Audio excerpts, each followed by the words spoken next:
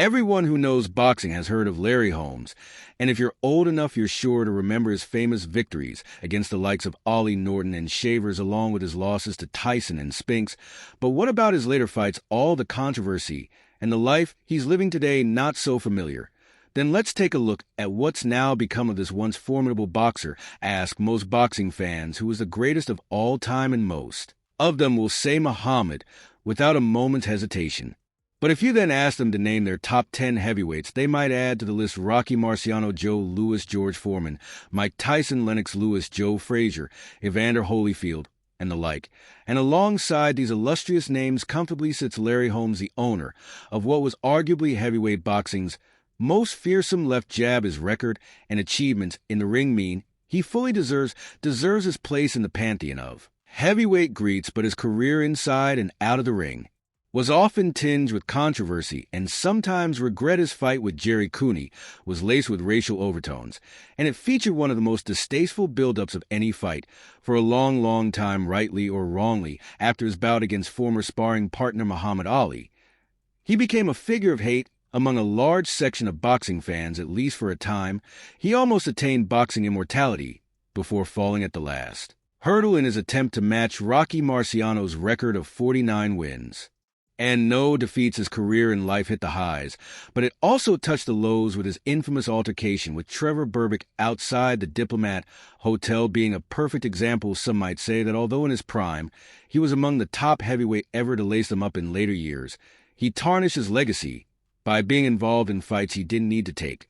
So was he truly a legend of the sport, or did he fall short of achieving his full potential? Holmes didn't take up boxing until he was 18. And from his mediocre amateur record, you wouldn't have guessed he was destined to achieve greatness. But after turning pro, he found work as a sparring partner for Muhammad Ali, Joe Frazier, the hard-hitting Ernie Shavers, and Jimmy Young. And it was then that he realized he may have something about him, because he thought if he could share a ring with these boxers and give a good account of himself, despite his lack of amateur or a pro experience, then perhaps he had some kind of talent for the sport. After all, this apprenticeship served as a sparring partner stood him in good stead in his 27th fight.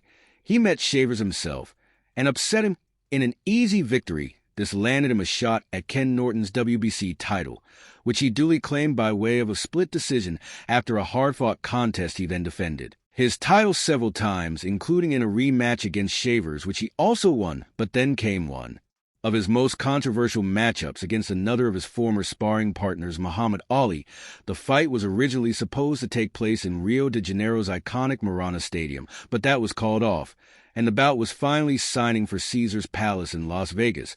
But that's when the real controversy started, because Ali was by this time not only way past his prime, but also in significant decline. Ali was taking the fight in an attempt to become the first four-time heavyweight champ.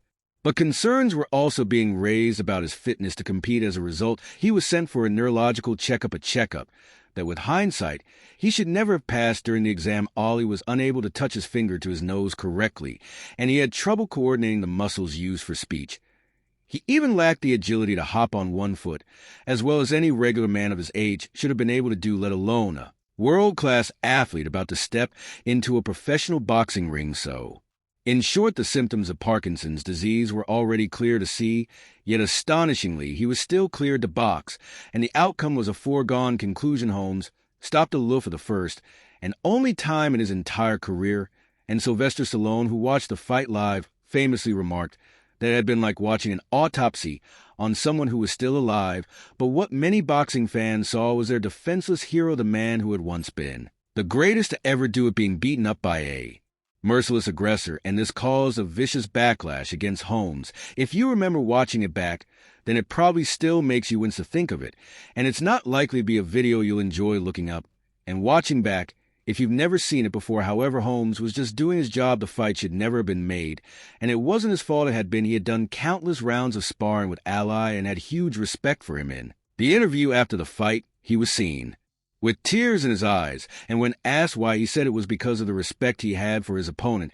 He then added that he fought one of the baddest heavyweights in the world today, and you cannot take credit from him, This showed he knew how little this victory, over a shadow of the boxer Ali, had once been really meant for his part. He blamed Ali's earlier fight with Shavers for most of the damage that led to Ali's Parkinson's, although the blows that Holmes credited to Ali's account certainly wouldn't have helped in his next fight. Holmes defeated Trevor Berbick, Ali's final opponent, before he quit for good, and Holmes's fight against Berbick would ignite a feud between the two men that would finally come to a head 10 years later. Remember that, because we'll come back to it in a moment. 3 fights after that came another of the most controversial moments in Larry Holmes' boxing career, and that was his bout against Jerry Cooney in a fight promoted by Don King. Jerry Cooney was cast as the Great White Hope, the man who would beat Holmes to become the first white heavyweight champion in 22 years. In the build-up, Cooney appeared on the cover of Time and Sports Illustrated magazines for their coverage of the fight.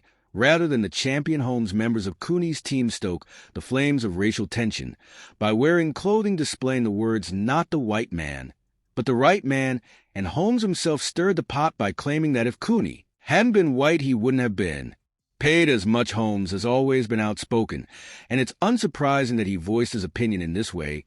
He may have had a point, though, since the champion and challenger received a $5,050 split of the purse, which, let's say, is not exactly the normal way of things. At the fight, it was rumored that white supremacists would try to murder Holmes, so black activists also turned up to protect their man in case of trouble. As a result, police snipers had to be deployed around the arena at Caesar's Palace as a precaution. At the start of the fight, the ring announcer then broke with tradition by introducing Holmes, the champion, first, and Cooney, the challenger, second, something that caused outrage in parts of the boxing community. In the fight itself, Holmes came out on top, taking victory by TKO in the 13th. Maintaining his still unbeaten record, Holmes and Cooney went on to become good friends in later years, suggesting that the racial tensions had been manufactured by the promoters to sell the fight. That plan obviously worked, since it proved to be one of the most highly anticipated bouts of the early 80s, an era when many great fights were taking place. However, blaming Holmes or Cooney for any of this is highly unfair. With his victory, Holmes edged ever closer to Rocky Marciano's coveted record of 49. And Holmes continued to win, eventually reaching 48-0. He now needed just one more victory to write his name in the history books by tying with Marciano, and with one more win after that he could take the record outright. But next up was Michael Spinks. Spinks was moving up from light heavyweight. Remember, cruiserweight wasn't really a thing back then, and although Spinks was faster, Holmes was considered a heavy favorite. Spinks, though, had other ideas because he had eyes on making some history of his own. Spinks took the win on points, becoming only the second man to be crowned champion in both the light heavy and heavyweight divisions, and the first man to hold the 2 titles at the same time. On missing out on boxing immortality, Holmes was disgusted, and in his typical BR style, he declared that Rocky Marciano couldn't carry my jockstrap. So much for being magnanimous in defeat, huh? But this was Holmes' style, and although it might not have won him any new fans, you can probably forgive him for being a sore loser, considering what he had just missed out on. The 2 then contested a rematch, which Holmes also lost. He followed this up in a post-fight interview by uttering the unforgettable words that judges, the referees, and promoters can kiss me where the sun don't shine, and because we're on HBO, that's my big black behind. And then, having suffered these 2 unbearable defeats that leave almost anyone sour, he retired. Holmes wasn't done just yet, though. He was lured out of retirement 2 years later to fight a prime Mike Tyson, a fight he also lost. After this, he quickly retired again, and Holmes' time at the top was over. But over the next few years, he made several comebacks, winning the majority of his bouts, but losing more often than not when he came up against the top-level fighters. He was never able to regain a heavyweight title, losing all 3 times. He was given a shot. His detractors often accuse him of chasing money by fighting on and risking his health against younger, fitter men, when by rights he should have hung up his gloves long before. His final fight was a points victory against Dirkesh, better known as Butterbean, when he was 52 years old.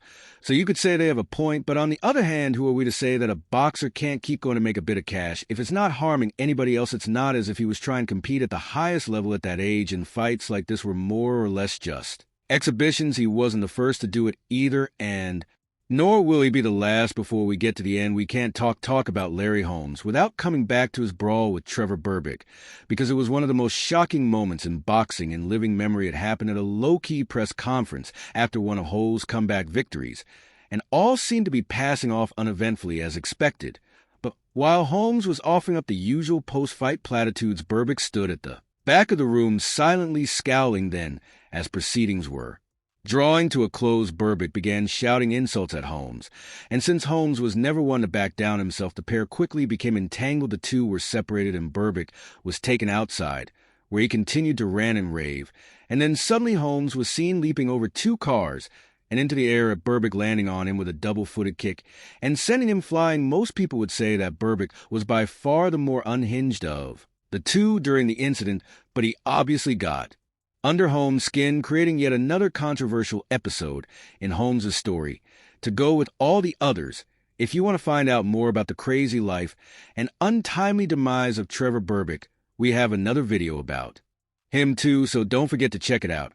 And if you're enjoying this one, make sure you hit that like button before you go. So, where is Holmes now, and how is he doing? He retired for the last time with a record of 69-6. So is he paying the price for all the wars he was involved in and all the punches he took to the head? Not really. Holmes has been married since 1979 and has 2 children with his wife. He also has 3 other children from previous relationships. He is an active businessman with several interests. He made plenty of money in the ring, invested it wisely, and is doing very well for himself out of the various business ventures he is and has been involved in. He has a little trouble getting about nowadays and is sometimes seen using a cane or a walker, but he's 75 years old, and he's hardly the only 75-year-old who has mobility issues. He can seem a little slow, forgetful, or confused sometimes during public appearances, but again, he's 75. That's normal. It could be a result of his 75 heavyweight boxing fights, but it could just be old age. During his career, his reign of 20 heavyweight defenses is second only to Joe Louis. He defeated some of the biggest names of his era. He came tantalizingly close to equaling Rocky Marciano's Fable 49-0 record, and he's deservedly been inducted into the International Boxing Hall of Fame as one of the all-time greats. Yet it probably still stings when he thinks about his 2 defeats to Spinks, but other than that, was his career a failure? And is the way he lives now sad? Come on, of course not. What are you talking about? If you've enjoyed this video and want to support us in producing more boxing content, like it, please help us grow by smashing that like button, and don't forget to subscribe so you can catch our new videos as soon as they come out. See you on the next one.